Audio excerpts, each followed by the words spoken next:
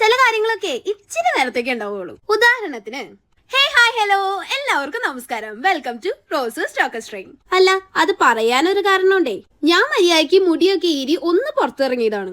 നല്ല വെയിലാണല്ലോ എന്ന് ഓർത്തുകൊണ്ട് ഞാൻ ആ പാവം കൊടേനേയും കൂടെ കൊണ്ടുവന്നു.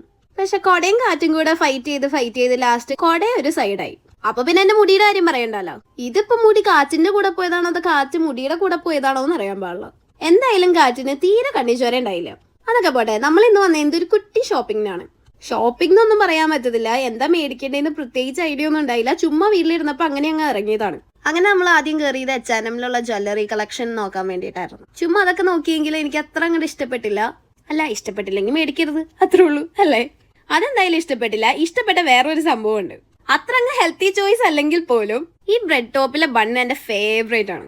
എന്തോ ഒന്ന് നമ്മൾ ഇവിടുന്ന് കഴിച്ചു കഴിഞ്ഞാൽ നമുക്ക് പിന്നെയും കഴിക്കാൻ തോന്നും. അങ്ങനെ ഇന്ന് നമ്മൾ ട്രൈ ചെയ്യാൻ പോണത് അവിടുത്തെ ട്രിപ്പിൾ സ്പ്രിംഗ് അനിയനാണ്. ചിലവർക്ക് ശരിയാവും, ചിലവർക്ക് ശരിയാവില്ല എന്ന് പറയണ പോലെയാണ് ഇതിന്റെ കാര്യം. എന്റെ ഒരു ഫേവറേറ്റ് ഓപ്ഷൻ ആണെങ്കിൽ പോലും ഷാരോണിന് ഇത് അത്ര ഇഷ്ടമല്ല. ആ ബണ്ണെന്ന് വെച്ച് കഴിഞ്ഞാൽ ഭയങ്കര സോഫ്റ്റ് ബണ്ണാണ്. അതിന്റെ മുകളിൽ സ്പ്രിംഗ് അനിയൻസ് ഒക്കെ ഇട്ടിട്ടുണ്ട്.